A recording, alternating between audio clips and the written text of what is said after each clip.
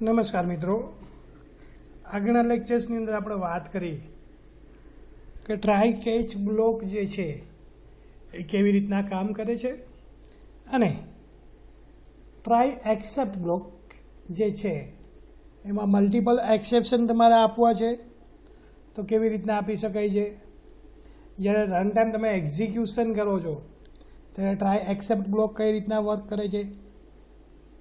એની સાથે સાથે finally block જે છે એની પણ આપણે વાત કરી કે ફાઇનલી બ્લોક જે છે એ શું થશે, ઓલવેઝ તમારી પાસે એક્ઝિક્યુશન કરી અને આપશે. ત્યાર પછી તમારી પાસે નેક્સ્ટ જે ટોપિક આવે છે એ છે એબ્સ્ટ્રેક્ટ ડેટા ટાઈપ. તો કે એબ્સ્ટ્રેક્ટ ડેટા ટાઈપ કેને કહેવામાં આવે છે એની વાત કરીએ તો કે એબ્સ્ટ્રેક્ટ ડેટા ટાઈપ એ તો ઘણી બધી વખત એડીટી કરીને પણ ફૂલ ફોર્મ તમને પૂછી શકે છે કે એડીટી સ્ટેન્ડ્સ ફોર યા તો full form of ADT. That means abstract data type is a type for objects whose behavior is defined by a set of value and a set of operation.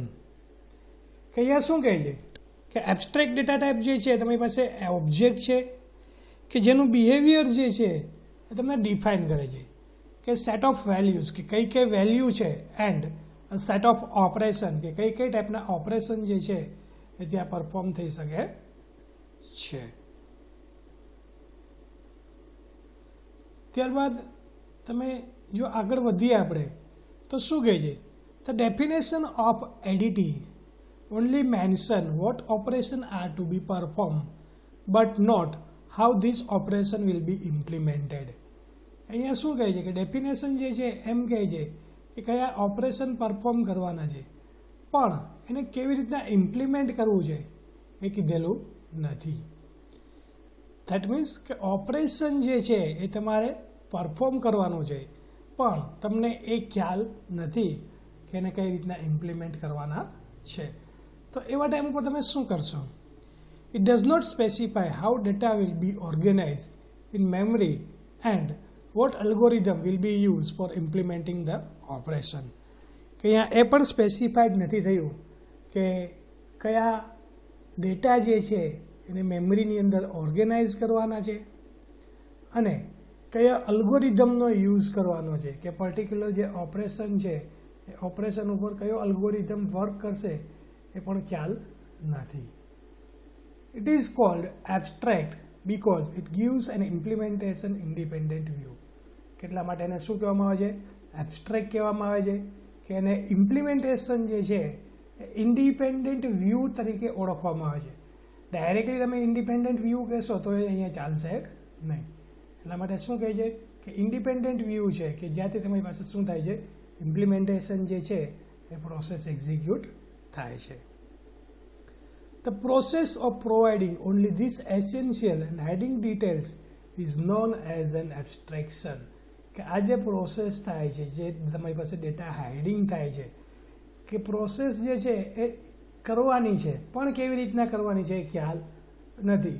તો એ જે hiding process જે છે એ શું થાય છે, તમારી પાસે એબ્સ્ટ્રેક્શન તરીકે રિપ્રેઝેન્ટ કરવામાં આવે છે. The user of data type need not know that data type is implemented. કે જે યુઝર છે એ યુઝરને ખ્યાલ નથી કે કઈ ડેટા ટાઈપ જે છે એને ઇમ્પ્લિમેન્ટ કરવામાં આવેલી છે. For example, we have been using integer, float, character data type only with the knowledge with values that can take and operation that can perform on them without any ideas how these type are to be mentioned. કે operation જે છે અહીંયા specified થઈ ગયું છે પણ એ ખ્યાલ નથી કે કઈ ડેટા ટાઈપ છે, એને કઈ રીતના ઇમ્પ્લિમેન્ટ કરવાની છે અને એના ઉપર શું પરફોર્મ કરવાનું છે કે કોઈ આઈડિયાઝ નથી. ત્યાં સુધી શું થશે તો કે આ ટાઈપના ઇસ્યુઝ જે છે એ તમારી પાસે જનરેટ થશે અને એવા ટાઈમ ઉપર તમારે કેનો યુઝ કરવાનો છે, એબ્સ્ટ્રેક્શન જે છે એનો યુઝ કરવાનો છે. A user only needs to know what a data type can do but not how it will do it. કે યુઝર છે એ યુઝરને એટલો જ ખ્યાલ છે કે ડેટા ટાઈપ શું કરશે પણ કેવી રીતના ઇમ્પ્લિમેન્ટ થશે એ ખ્યાલ હશે નહીં. We can think of ADT as a black box which hides the inner structure and design of the data type. અહીંયા ADT જે છે that means abstract data type છે એને તમે શું કહી શકો છો બ્લેક બોક્સ તરીકે રિપ્રેઝેન્ટ કરી શકો છો કે જેની અંદર તમારા ડેટાઝ જે છે એને હાઇડ કરવામાં આવે છે, એનું જે ઇનર સ્ટ્રક્ચર જે છે એને હાઇડ કરવામાં આવે છે અને જે કોઈ પણ ડેટા છે એને ડિઝાઇન કરવામાં આવે છે. એબ્સ્ટ્રેક્ટ ક્લાસની વાત કરીએ તો અહીંયા શું કહે છે abstract class are a class that contains one or more abstract method. કે abstract class જે છે એ શું છે તમારી પાસે એક એ ટાઈપનો ક્લાસ છે કે જેની અંદર એક અથવા તો એક કરતાં વધારે મેથડ અવેલેબલ છે. An abstract method is a method that is declared but contains no implementation. જે આપણે આગળ વાત કરી એ જ કે abstract method જે છે એમ એવી મેથડ છે કે તમારે ડિક્લેર કરવાની છે પણ એને ઇમ્પ્લિમેન્ટ કરવાની નથી. નો implementation. Abstract classes may not be instantiated and require subclasses to provide implementation of the abstract method. Abstract classes જે છે એ ક્લાસીસની અંદર શું કહે છે તો કે અહીંયા તમારી પાસે abstract classes જે છે એ શું કહે છે ઇન્સ્ટન્શિએટેડ એની રિક્વાયર્ડ નથી. સબ ક્લાસીસ જે પ્રોવાઈડ કરો છો એની રિક્વાયરમેન્ટ નથી બટ શું કરવાનું છે તો કે એને એક ઇમ્પ્લિમેન્ટેશન જે છે એમની જરૂર છે કે જે તમારે શું કરવાનું છે ઇમ્પ્લિમેન્ટેશન કરવાનું છે.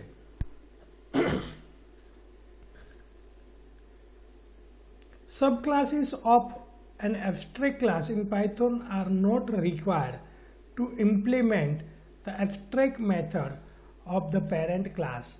કે જે સબ ક્લાસીસ છે એ સબ ક્લાસીસની અંદર તમારો જે પેરેન્ટ ક્લાસ છે એને ઇમ્પ્લિમેન્ટ કરવાની જરૂર નથી કારણ કે ડાયરેક્ટલી તમારી પાસે સબ ક્લાસ હશે તો એની અંદર જે કોઈ પણ મેથડ છે એ ઓટોમેટિકલી શું થઈ જશે ઇમ્પ્લિમેન્ટ્સ જે છે એ ત્યાં થઈ જશે સબ ક્લાસ ઉપર તમારી જે મેથડ છે તે. તો અહીંયા તમને એક એક્ઝામ્પલ આપ્યું છે એ એક્ઝામ્પલની આપણે વાત કરીએ કે એબ્સ્ટ્રેક્ટ મેથડ જે છે યા તો એબ્સ્ટ્રેક્ટ ક્લાસ જે છે એ કેવી રીતના તમારી પાસે યુઝ થાય છે અને એનો યુઝ કરી અને આપણે કઈ રીતના એબ્સ્ટ્રેક્ટ મેથડ અને ક્લાસ જે છે એને ઇમ્પ્લિમેન્ટ કરીએ કે જેનાથીને શું થાય કે આપણને ખ્યાલ આવે કે આપણી મેથડ જે છે એ કઈ રીતના ઇમ્પ્લિમેન્ટ થાય છે, કઈ રીતના એને ડિફાઇન કરેલી છે અને એના ઉપર આપણે આગળ જે વર્ક કરવું હોય તે વર્ક આપણને ખ્યાલ આવશે. તો અહીંયા જુઓ તમારી પાસે એક્ઝામ્પલ અત્યારે એમને સમજીએ પછી આપણે પ્રોગ્રામ સાથે પણ સમજશો કે જેનાથીને શું થાય વધારે આઈડિયાઝ જે છે એ ક્લિયર થાય. તો અહીંયા શું કર્યું છે એક ક્લાસ ડિફાઇન કર્યો છે ઇમ્પોર્ટ એબીસી નામનું મોડ્યુલ છે એને આપણે ઇમ્પોર્ટ કરેલું છે. હવે ક્લાસ ક્રિએટ કર્યો છે એબ્સ્ટ્રેક્ટ એનિમલ ઓબ્જેક્ટ કે અહીંયા શું છે તો કે ક્લાસનું નામ છે એનિમલ અને પછી શું કર્યું છે તો કે ઓબ્જેક્ટ જે છે ડિફાઇન કર્યો છે. અહીંયા શું છે તો કે મેટા ક્લાસ કે જે મેટા ક્લાસની અંદર શું કરીએ છીએ તો કે abc.abc મેટા. તો અહીંયા જુઓ તમારી પાસે એક્ઝામ્પલ જે છે અહીંયા છે તમારી પાસે abc.meta. તો અહીંયા શું કર્યું છે આપણે મેથડ ડિફાઇન કરીએ છીએ. જુઓ અહીંયા abc.abstract મેથડ કઈ એબ્સ્ટ્રેક્ટ મેથડ છે તો કે જે ડેફિનેશન મીન્સ કે અહીંયા આપણે શું કર્યું ફંક્શન ડિફાઇન કર્યું વર્ક નામનું ને એને આપણે શું કર્યું મેથડ જે છે એને આપણે એક્ઝિક્યુટ કરાવીએ છીએ ડેટા નામની. એ જ રીતના સેકન્ડ મેથડ છે તમારી પાસે ટોક નામની. જો અહીંયા મેથડ તમારી પાસે છે જ એબ્સ્ટ્રેક્ટ મેથડ કઈ તો કે ડિફાઇન ટોક. ક્લાસ ડિફાઇન કરો સેકન્ડ ક્લાસ અહીંયા ફર્સ્ટ ક્લાસ છે abstract animal second class create કર્યો કયો તો કે ડક નામનો ને એમાં ઇનહેરિટ કર્યો જુઓ એબ્સ્ટ્રેક્ટ ક્લાસને એબ્સ્ટ્રેક્ટ એનિમલ ક્લાસ જે છે એને અહીંયા શું કર્યો છે ઇનહેરિટ કર્યો છે. જે તમને ખ્યાલ હોય ને તો તમે ઇનહેરિટન્સ ક્રિએટ કરતા આગળ આવશે તમારી પાસે ઇનહેરિટન્સ શું છે તો અહીંયા શું કર્યો ઇનહેરિટન્સ ક્રિએટ કર્યો છે. નેમ પછી શું કર્યું તો કે ઇનિટ મેથડ કે જ્યાં સેલ્ફ ડક ક્રિએટેડ ને અહીંયા શું કર્યું તો કે નેમ પાસ કર્યું. એ જ રીતના વોકની અંદર મેથડ ડિફાઇન કરી વોક્સ ને પછી ટોક્સ બંનેમાં વેલ્યુ જે છે પાસ કરી અહીંયા ઓબ્જેક્ટ ક્રિએટ કરો ડક નામના ક્લાસનો. ડક નામના ક્લાસનો દેટ મીન્સ કે આ અને એને ઇનહેરિટ કર્યો છે કે ને એનિમલ નામના ક્લાસને, એટલે ઓટોમેટિકલી તમારી પાસે એનિમલ નામનો ક્લાસ જે છે અહીંયા ઇનહેરિટ થઈ જાય.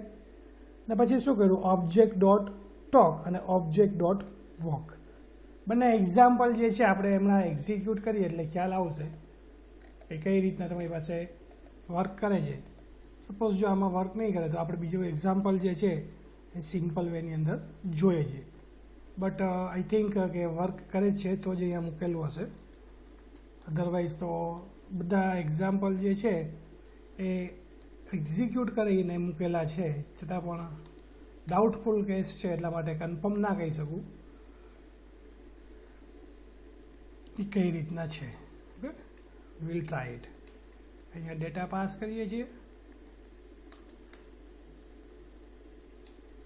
એબીસી નામની મેથડ્સ જે છે એને ડિફાઇન કરીએ છીએ. અહીંયા વળી પાછું બીજો મેથડ છે તમારી પાસે ડેટા ક્લાસ ક્રિએટ કર્યું છે, નેમ ડિફાઇન કરી છે મેથડ ક્લાસની અંદર, એની અંદર print duck created self dot name is equal name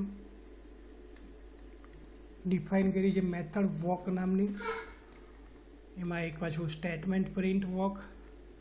બીજી મેથડ ડિફાઇન કરીએ છીએ ટોક નામની, એની અંદર પ્રિન્ટ ટોક.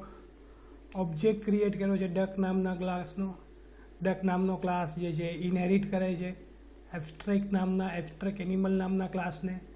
અહીંયા તમે જોઈ શકો છો, એક વખત રન કરાવી લે પછી આપણે સમજીએ આખો પ્રોગ્રામ કઈ રીતના એક્ઝિક્યુશન થાય છે.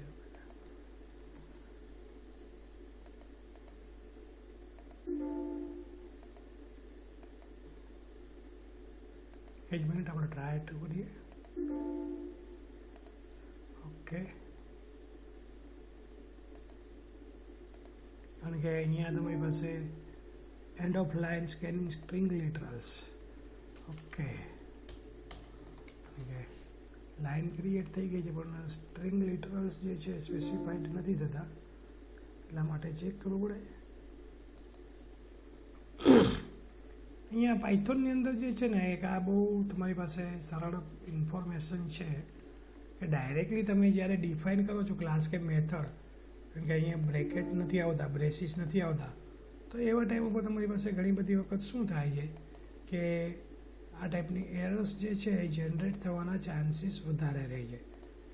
એરર્સ કેવી હોય છે, સિમ્પલ હોય છે તમારી પાસે, જેની અંદર સ્પેસિંગ જે છે એ વધઘટ થતો હોય છે. હવે આખો પ્રોગ્રામ સમજીએ તો અહીંયા તમારી પાસે ડક નામનો ક્લાસ છે. આ ડક નામનો ક્લાસ જે છે એણે કેને ઇનહેરિટ કર્યા છે, એનિમલ નામના ક્લાસને.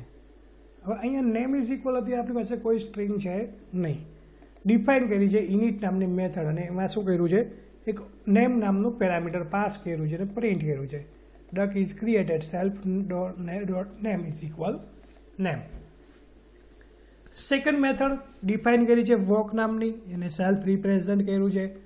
ટોક નામની મેથડ અહીંયા ઓબ્જેક્ટ ક્રિએટ છે ડક નામના ક્લાસનો. ડક નામના ક્લાસનો ઓબ્જેક્ટ ક્રિએટ કરો એટલે ઓટોમેટિકલી તમારી પાસે એબ્સ્ટ્રેક્ટ એનિમલ નામનો ક્લાસ જે છે એનો ઓબ્જેક્ટ ક્રિએટ થઈ જશે. અહીંયા ઇમ્પોર્ટ એવી છે એટલા માટે લખેલું છે કે તમારી એબ્સ્ટ્રેક્ટ મેથડ જે છે એને આપણે શું કરીએ છીએ, ઇમ્પોર્ટ કરીએ છીએ. ને અહીંયા શું કર્યું તો કે ઓબ્જેક્ટ ડોટ ટોક એટલે તમારી પાસે આ મેથડ અને ઓબ્જેક્ટ ડોટ વોક એટલે આ મેથડ જે છે એ કોલ થશે. એટલે અહીંયા એબ્સ્ટ્રેક્ટ એનિમલ નામના ક્લાસ પાસે બંને મેથડ જે છે અહીંયા ડિફાઇન કરી છે. જો ડેટા આપેલો છે પણ પ્રિન્ટ ક્યાં કરે છે, અહીંયાથી ને. એટલે અહીંયા શું થયું કે અહીંયા તમે ઇનિશિયલાઇઝ કરેલી છે મેથડને, પણ ઇમ્પ્લિમેન્ટેશન જે છે ને અહીંયા થાય છે. જો વોક અને ટોક નામની મેથડનું છે. સપોઝ હું અહીંયાથી ડેટાને રિમૂવ કરી દઉં અને પછી અહીંયા ખાલી ઇમ્પ્લિમેન્ટેશન એઝ ઇટ ઇઝ રાખું અને પછી આને એક્ઝિક્યુટ કરાવું તો પણ મારી પાસે જે રિઝલ્ટ છે એમાં લગભગ કોઈ ચેન્જીસ આવશે નહીં. સમજાય છે આખી વસ્તુ શું કહું છું એ? એટલા માટે તમારે અહીંયા શું કરવું પડશે, ડેટા નહીં હોય તો કંઈ નહીં, તમારે એક વખત સ્પેસિફાઈડ તો કરવું પડશે કે ભાઈ અહીંયા ડેટા આવે છે આ મેથડની અંદર, કે જેની અંદર અમે શું કરીએ છીએ આ ટાઈપનું વર્ક કરીએ છીએ. તો આ રીતના તમારે એબ્સ્ટ્રેક્શનનો યા તો એબ્સ્ટ્રેક્ટ ક્લાસનો યુઝ કરવો હોય તો તમે યુઝ કરી શકો છો કે અહીંયા તમે ડિફાઇન કરી શકો છો મેથડને, અને અહીંયા નીચે તમારી પાસે જે સબ ક્લાસ છે એ સબ ક્લાસની અંદર તમે ઇનહેરિટ કરી શકો છો. ત્યાર પછી નેક્સ્ટ પોઈન્ટ છે તમારી પાસે એસર્શન. કે એસર્શન શું કરે છે એની આપણે વાત કરીએ. આપણે એસર્શનની વાત કરીએ કે એસર્શન કેને કહેવામાં આવે છે. Okay, assertion are the statement that assert or state the fact confidently in your program. કે એસર્શન જે છે એક તમારી પાસે એવું સ્ટેટમેન્ટ છે કે જે શું કરશે, કોન્ફિડન્ટલી તમારો પ્રોગ્રામ જે છે એને એક્ઝિક્યુટ કરશે અને એની અંદરની ઇન્ફોર્મેશન જે છે એ તમને પાસ આઉટ કરી અને આપશે. For example, while writing a division function you are confident the division should not be 0. કે અહીંયા તમને એક એક્ઝામ્પલ આપ્યું છે કે તમે કોઈ પણ એક પ્રોગ્રામ લખો છો. હવે પ્રોગ્રામની અંદર શું છે તો કે તમારી પાસે જે પ્રોગ્રામ છે એની અંદર તમને ખ્યાલ છે કે ભાઈ ડિવિઝન છે એ ક્યારેય 0થી ડિવિઝન થશે નહીં. So your assert division is not equal to 0. કે એસર્ટ ડિવિઝન છે એ તમારી પાસે 0થી ઇક્વલ થશે નહીં. Assertion are simply Boolean expression that check if the condition written true or false. કે assertion જે છે એ શું છે, તમારી પાસે એક બુલિયન ઓપરેશન છે કે જે શું કરશે, ચેક કરશે કે ભાઈ કન્ડિશન જે છે એ ટ્રુ છે કે ફોલ્સ છે. જો ટ્રુ હશે તો રિટર્ન ટ્રુ કરશે, ફોલ્સ હશે તો રિટર્ન કરશે કે ભાઈ અહીંયા કોઈક એરર છે તો અહીંયા કોઈક ક્યાંક પ્રોબ્લેમ છે. If it is true, the program does nothing and move to the next line of code. કે જો તમારી પાસે ટ્રુ કન્ડિશન થાય છે તો પછી એને કોઈ પ્રોબ્લેમ નથી અને નેક્સ્ટ જે કોઈ પણ લાઇન ઓફ કોડ છે એને એક્ઝિક્યુટ કરશે. ઇફ ઇટ ઇઝ ફોલ્સ, જો એ ફોલ્સ હશે તો શું કરશે, program stops and throws and errors. અહીંયા શું કરશે, પ્રોગ્રામ જે છે એ સ્ટોપ થઈ જશે અને એરર જે છે એ થ્રો કરીને આપશે. It is also a debugging tool as it brings the program on hold as soon as any error is occurred and shows on which point of the program error has occurred. કે અહીંયા જ્યારે પણ તમારી પાસે પ્રોગ્રામની અંદર કોઈ errors આવશે તો તમારું એક્ઝિક્યુશન જે છે એ શું કરી દેશે, સ્ટોપ કરી દેશે અને આગળ જે કોઈ પણ પ્રોસેસ છે એ પ્રોસેસને એક્ઝિક્યુટ કરવા માટે આપી દેશે. We can clear by looking at the following flow chart below. કે નીચે તમને જે એક ફ્લો ચાર્ટ્સ આપેલો છે એનો યુઝ કરી અને ક્લિયર થઈ શકે કે ભાઈ કઈ રીતના આપણી પાસે એસર્શન જે છે એ વર્ક કરે છે. તો અહીંયા શું કહે છે કે તમારી પાસે પ્રીવિયસ કોઈ પણ કોડ છે. હવે શું આવે છે તો કે એસર્શન કન્ડિશન પાસે આવે છે. જો કન્ડિશન ટ્રુ હશે તો અહીંયા શું આવશે, પ્રોગ્રામ કન્ટિન્યુ ટુ રન, કે તમારો પ્રોગ્રામ જે છે એ કન્ટિન્યુઅસલી રન થશે. પણ જો તમારી અહીંયા કન્ડિશન ફોલ્સ થાય છે તો શું થશે, assertion stop the program and give an assertion error. કે અહીંયા શું થશે, તમારો પ્રોગ્રામ જે છે એનું એક્ઝિક્યુશન સ્ટોપ થઈ જશે અને શું કરશે, એસર્શન એરર જે છે એ તમને થ્રો કરશે. પાયથોન એસર્ટ સ્ટેટમેન્ટ, કે પાયથોનની અંદર જ્યારે તમારી પાસે એસર્ટ સ્ટેટમેન્ટ છે તો એ કયા છે એની વાત કરીએ. Python has a built-in assert statement to use assertion condition in the program. કે પાયથોનની અંદર તમારી પાસે બિલ્ટ-ઇન એસર્ટ સ્ટેટમેન્ટ છે કે જેનો યુઝ કરી અને એસર્શન કન્ડિશન જે છે તમે ચેક કરી શકો છો તમારા પ્રોગ્રામની અંદર. તો assert statement has a condition or expression which is suppose to be always true. કે એસર્ટ સ્ટેટમેન્ટ જે છે એની અંદર ઘણી બધી વખત એવી કન્ડિશન હોય છે અથવા ઘણી બધી વખત એવા એક્સપ્રેશન પણ હોય છે કે સપોઝ મોસ્ટલી એ શું હોય છે, ટ્રુ હોય છે. If the condition is false, assert holds the program and gives an assertion errors. કે જો તમારી પાસે કન્ડિશન જે છે એ ફોલ્સ થશે તો તમારી પાસે એસર્શન એરર્સ જે છે જનરેટ થશે, જેમ આપણે આગળ જોયું તે રીતના. તો અહીંયા જો તમારી પાસે એક સિન્ટેક્સ આપેલી છે એની અંદર આપણે વાત કરીએ કે એસર્ટ જે છે એ કઈ રીતના વર્ક કરે છે. તો અહીંયા શું આપ્યું છે તમારી પાસે, એસર્ટ કન્ડિશન, સેકન્ડ આપ્યું છે તમારી પાસે સિન્ટેક્સ એસર્ટ કન્ડિશન અને સેકન્ડ શું છે, એરર મેસેજ. આપણે એક્ઝામ્પલ જોઈએ, x is equal hello. If the condition returns true then nothing happens. જો તમારી પાસે x ઇઝ ઇક્વલ હેલો છે અને કન્ડિશન જે છે તમારી પાસે ટ્રુ થાય છે તો અહીંયા કંઈ કરવાની જરૂર નથી. અહીંયા તમે જોઈ શકો એસર્ટ x is equal hello, condition true થશે તો તમારે કંઈ કરવાની જરૂર નથી. If the condition returns false, then assertion errors is arise કે અહીંયા શું થશે તમારી પાસે કન્ડિશન જે છે એ ફોલ્સ થશે તો એસર્શન એરર્સ જે છે એ શું થશે જનરેટ થશે એક્ઝામ્પલ્સ જોઈએ એટલે આપણને વધારે ખ્યાલ આવશે કે શું રિઝલ્ટ મળે છે અહીંયા શું કર્યું આપણે એક્સ ઇઝ ઇક્વલ હેલો અને પછી શું કર્યું તો કે એસર્ટ કીવર્ડનો યુઝ કર્યો એસર્ટ ઇઝ ઇક્વલ હેલો અને શું કરીએ છીએ પછી તો કે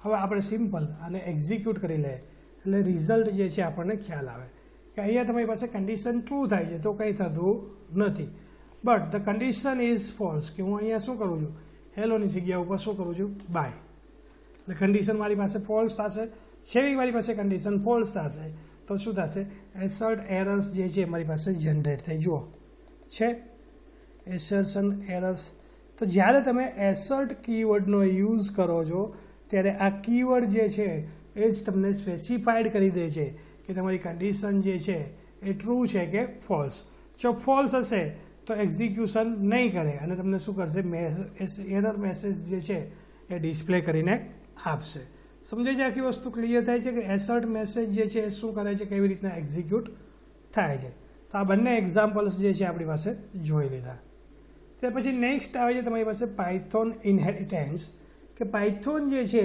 એની અંદર તમારે ઇનહેરિટન્સ ક્રિએટ કરવા છે તો ઇનહેરિટન્સ કેવી રીતના થાય છે તો પાયથોનની અંદર પણ તમને શું કરે છે ઇનહેરિટન્સ જે છે એની ફેસિલિટીઝ પ્રોવાઈડ કરે છે જે રીતના અલગ અલગ અધર પ્રોગ્રામિંગ લેંગ્વેજમાં તમને જે ફેસિલિટીઝ હતી એ જ ટાઈપની ફેસિલિટીઝ જે છે એ પાયથોનની અંદર પણ તમારી પાસે છે કે જેનો યુઝ કરી અને તમારે ઇનહેરિટન્સ ટાઈપના પ્રોગ્રામ્સ ક્રિએટ કરવા છે તો એ તમે ક્રિએટ કરી શકો છો વાત કરીએ આપણે ઇનહેરિટન્સ શું છે કારણ કે ઓબ્જેક્ટ ઓરિએન્ટેડ પ્રોગ્રામિંગ લેંગ્વેજ જે છે એ આગળ આપણે જોયું કે પાયથોન જે છે આપણને સપોર્ટ કરે છે તો inheritance is an important aspect of the object oriented paradigm કે ઇનહેરિટન્સ જે છે એ કોઈ પણ તમારી પાસે ઓબ્જેક્ટ ઓરિએન્ટેડ પ્રોગ્રામિંગ હશે એની અંદર શું છે તો કે ઇમ્પોર્ટન્ટ આસ્પેક્ટ છે જો ઇનહેરિટન્સ નહીં હોય તો તમારી પાસે આ રિઝલ્ટ જે છે એ ઘણી બધી વખત મેળવી શકતા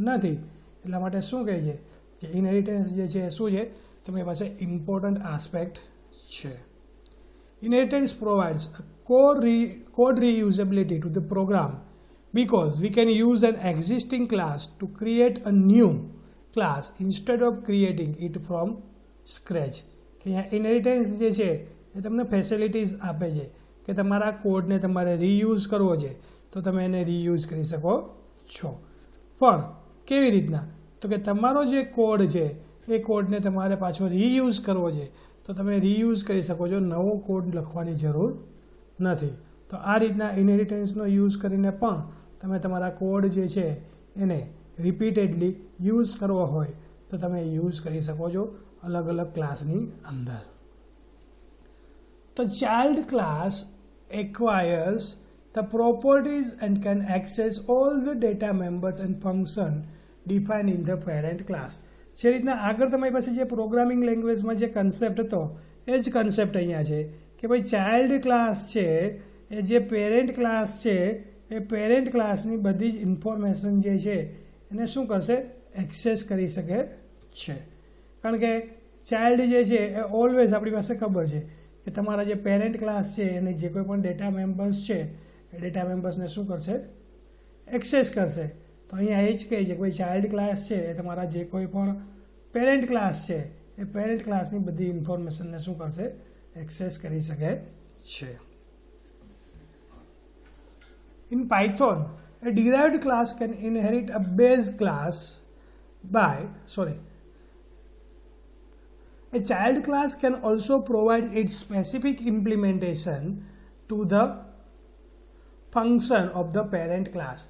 કે પેરેન્ટ ક્લાસ જે છે એ પેરેન્ટ ક્લાસની અંદર પણ એમને સ્પેસિફિક ઇમ્પ્લિમેન્ટેશન આપવું હોય તો એ સ્પેસિફિક ઇમ્પ્લિમેન્ટેશન જે છે એ પણ ત્યાં આપી શકે છે in this section of the tutorial we will discuss the inheritance in details કે અહીંયા આપણા ટ્યુટોરિયલ છે તો આપણી પાસે આ જે લેક્ચર્સ છે એની અંદર આપણે ડિટેલ્સમાં વાત કરીએ કે તમારી પાસે કઈ રીતના આ ઇનહેરિટન્સની અંદર તમારી પાસે જે બેઝ ક્લાસ છે પેરેન્ટ ક્લાસ છે એ કઈ રીતના એક્સેસ થાય છે. In Python, a derived class can inherit base class by just mentioning the base class in the bracket after deriving the class name. કે પાયથોનની અંદર પણ તમે બેઝ ક્લાસ જે છે એને બ્રેકેટની અંદર તમે derived ક્લાસના નેમની સાથે યુઝ કરી શકો છો. Consider the following syntax in an inheritance base class into derived class. કે નીચે તમને એક્ઝામ્પલ આપ્યું છે એ સિન્ટેક્સનો યુઝ કરીને પણ તમે શું કરી શકો છો, બેઝ ક્લાસને derived ક્લાસની અંદર ઇનહેરિટ કરી શકો છો. અહીંયા જુઓ તમારી પાસે derived ક્લાસ છે, જેટ મીન્સ કે ચાઇલ્ડ ક્લાસ કહી શકો, અને આ તમારી પાસે બેઝ ક્લાસ છે, જે દેટ મીન્સ પેરેન્ટ ક્લાસ. અહીંયા શું કર્યું છે, ક્લાસ, derived ક્લાસ અને બેઝ ક્લાસ મીન્સ કે પેરેન્ટ ક્લાસ જે છે એનું નામ તમારે અહીંયા સ્પેસિફાઈડ કરવાનું છે. જેમ આગળ આપણે એસેશનમાં જોયું એબ્સ્ટ્રેક્ટ ડેટા ટાઈપમાં કે શું કર્યું હતું, ત્યાં આપણી પાસે ક્લાસનું નેમ જે છે ઇનહેરિટ કર્યું હતું, જો તમને ખ્યાલ હોય તો. અહીંયા શું કર્યું, class suit. A class can inherit multiple class by mentioning all of them inside the bracket. કે બ્રેકેટની અંદર તમે કોઈ પણ ક્લાસ જે છે એને તમે ઇનહેરિટ કરી શકો છો. કે જે કોઈ પણ ક્લાસ હોય બ્રેકેટની અંદર અવેલેબલ હોય તો ત્યાંથી તમારે એને એક્સેસ કરવા હોય તો તમે ત્યાંથી એક્સેસ કરી શકો. Consider the following syntax. કે બીજું તમને આપ્યું છે ક્લાસ, derived ક્લાસ અને મલ્ટિપલ બેઝ ક્લાસ જે છે અહીંયા એક્સેસ કરેલા છે. તો આ સુધી તમારી પાસે મલ્ટિપલ બ્રેકેટ્સ કે ક્લાસ જે છે એને ઇનહેરિટ કરવા હોય તો એ પણ તમે કરી શકો છો. એક્ઝામ્પલ્સ જે છે એ આપણે જોઈએ ત્યાર પછીના લેક્ચર્સની અંદર કે કઈ રીતના તમારી પાસે એક્ઝામ્પલ્સ જે છે એ વર્ક કરે છે. સોરી, આપણે અહીંયા આ જ લેક્ચર્સની અંદર જોઈ લઈએ કે એક્ઝામ્પલ્સ કઈ રીતના વર્ક કરે છે. તો અહીંયા શું કર્યું છે, મેં પહેલાં તો ક્લાસ ડિફાઇન કર્યો છે એનિમલ નામનો. એનિમલ નામના ક્લાસની અંદર મેં મેથડ ડિફાઇન કરી છે સ્પીક નામની, અને અહીંયા શું કીધું છે, પ્રિન્ટ એનિમલ સ્પીકિંગ, કે એનિમલ જે છે એ બોલે છે. હવે શું કરું, ચાઇલ્ડ ક્લાસ મેં ક્રિએટ કર્યો ડોગ, અને એની અંદર મેં ઇનહેરિટ કર્યો કે ને એનિમલ નામના ક્લાસને. અને ચાઇલ્ડ નામનો જે ક્લાસ છે ડોગ નામનો, એની અંદર મેં મેથડ ડિફાઇન કરી બાર્ક, અને અહીંયા શું કીધું, ડોગ બાર્કિંગ. હવે શું કરું છું તો કે ડોગ નામનો જે ક્લાસ છે એનો હું ઓબ્જેક્ટ ક્રિએટ કરું છું D dot bark. D dot bark means કે અહીંયા મારી પાસે આ જ ક્લાસની અંદર છે મેથડ કે ફંક્શન, તો કે હા, તો અહીંયા પ્રિન્ટ કરશે ડોગ બાર્કિંગ. હવે શું કર્યું તો કે ડી ડોટ સ્પીક, તો કે ઓબ્જેક્ટ કેનો છે તો કે ડોગ નામના ક્લાસનો. તો ડોગ નામના ક્લાસ પાસે જશે, ડોગ નામના ક્લાસમાં ચેક કરશે કે ભાઈ સ્પીક નામની કોઈ મેથડ છે તો કે નથી. તો હવે શું કરું તો કે ડોગ નામનો ક્લાસ જે છે ઇનહેરિટ થાય છે ક્યાંથી તો કે એનિમલ નામના ક્લાસમાંથી. તો કે એનિમલ નામના ક્લાસમાં ચેક કરવા જશે કે અહીંયા સ્પીક નામની મેથડ છે કે નહીં, તો કે હા છે. તો એને એક્ઝિક્યુટ કરો, તો ત્યાં શું આપ્યું છે, એનિમલ સ્પીકિંગ. સમજાઈ જાય આખો પ્રોગ્રામ શું કહું છું એ? આ રીતના તમારી પાસે આખું એક્ઝિક્યુશન જે છે એ એક્ઝિક્યુશન થશે. સપોઝ હજી એક વખત હું રિપીટ કરું જો ના સમજાય તો, કે અહીંયા તમારી પાસે ક્લાસ છે એનિમલ નામનો, એનિમલ નામના ક્લાસની અંદર મેં મેથડ ડિફાઇન કરી છે સ્પીક નામની. ત્યાર પછી શું કર્યું તો કે મેં બીજો ચાઇલ્ડ ક્લાસ ક્રિએટ કર્યો. કયો ક્લાસ છે તો કે ડોગ નામનો. ડોગ નામના ક્લાસને મેં ઇનહેરિટ કર્યો. જુઓ અહીંયા બ્રેકેટની અંદર એનિમલ આપેલું છે, દેટ મીન્સ કે અહીંયા મેં ક્લાસનું નામ જે છે એ જ નામ અહીંયા આપેલું છે. હવે શું કરું છું તો કે ડોગ નામના ક્લાસની અંદર મેં મેથડ ડિફાઇન કરી છે બાર્ક નામની, ને એની અંદર હું શું કરું છું તો કે પ્રિન્ટ કરાવું છું ડોગ બાર્કિંગ. ત્યારબાદ શું કર્યું તો કે ડોગ નામનો ક્લાસ જે છે એનો મેં ઓબ્જેક્ટ ક્રિએટ કર્યો ડી.